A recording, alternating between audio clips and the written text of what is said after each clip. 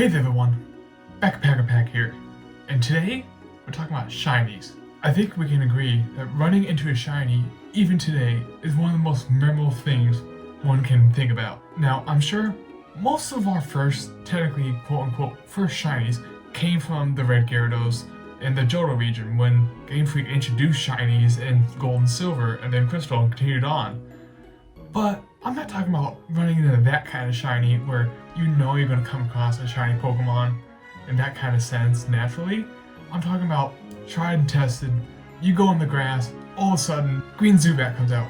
One of those things where all of a sudden, complete surprise, you are faced with this 1 in 8,192 odds, or 4,096 odds as they decreased it in the more recent games, about finding this altered colored Pokemon. And I personally remember each and every one of those kind of natural shinies that I've come across in my times, and I'm sure you can too. And that's what I really want to talk about, was that first time we ran into that shiny. Now for me, it was back when I was in elementary school.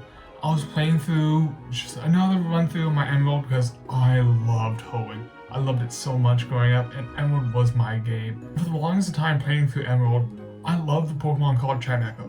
Now, I believe a lot of my love came from the Pokemon anime because I liked seeing James actually use it in the anime, so I became a big fan of it.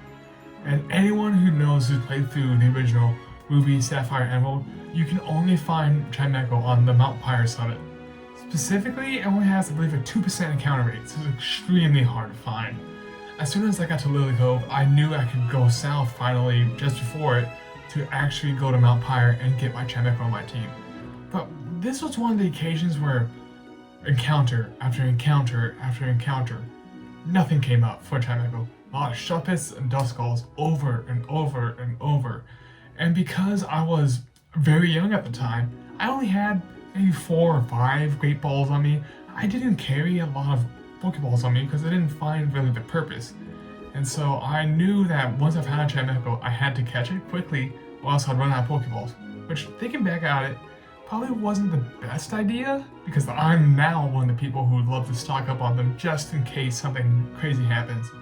And lo and behold, I believe what felt like an eternity, but probably was more like maybe a half hour of trying to look for a Chimecho, I see this Pokemon come on my screen, and unfortunately, it was not a Chimecho that I want to use on my team, but it was a green-colored Shuppet. Now, me being so young at the time, I was very confused on why this was a thing. I was very confused why the Shuppet was green and not purple like the dozens of others I ran away from this time period. And I was just going to run away from it because I want a Chimecho. I don't want a Shuppet, even if it's green. I want a Chimecho.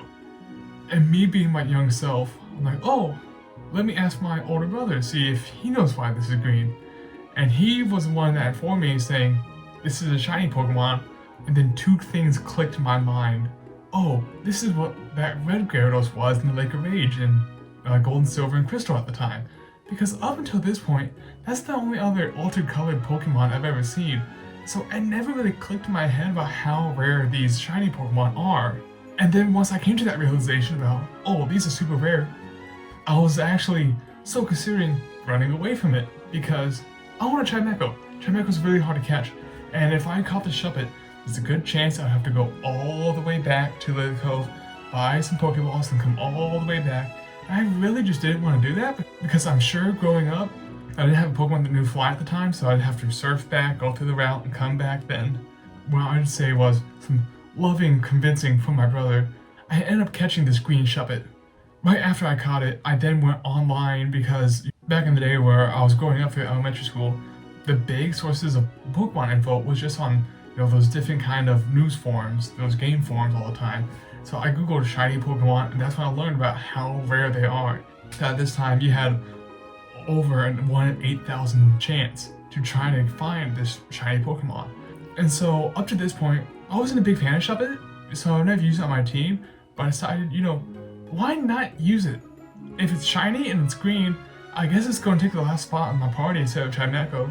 I am so happy I ended up doing it because using that Shuppet for the rest of my run, I don't regret it one bit. Even though at the end, I'm 100% sure I would not have even thought about catching it if it wasn't for my advice from my older brother at the time. which I am so glad he was there to tell me that I should catch it. I'm so glad I ended up catching it instead of running away, because that would have been such a disappointing time for me to think back on my first shiny Pokemon and then running away from it because I wanted a Chimecho instead of finding this super duper rare Pokemon. Now, I'm sure all of you have memories about finding your first shiny Pokemon just in the wild and all the flood of emotions that you ended up feeling at the time. Now, I experienced those flood of emotions when I ran into shiny Pokemon that I actually knew how significant this occasion was, how rare this was. But for my first one, I was pretty mellow about it because, again, I didn't know how big of a deal this was. Well, this was my first instance of actually running into a shiny Pokemon for the first time. I hope some of you have had that similar experience of, running to the wild, whether it's in one of the older games growing up, or even in the newer games right now, where if you're shiny hunting or just going through maybe like Sword and Shield and running to a shiny Pokemon there, that you still feel this kind of general excitement, because I believe for however long we play this game, coming into a shiny Pokemon and catching it will always be one of the, if not the biggest moments of all of our Pokemon journeys.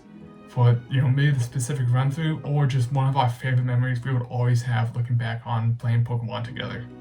Well, thanks for listening to this video. I hope you have a great day, and I hope you have some shiny encounters in your future when Brilliant Diamond and Shining Pearl come out in November.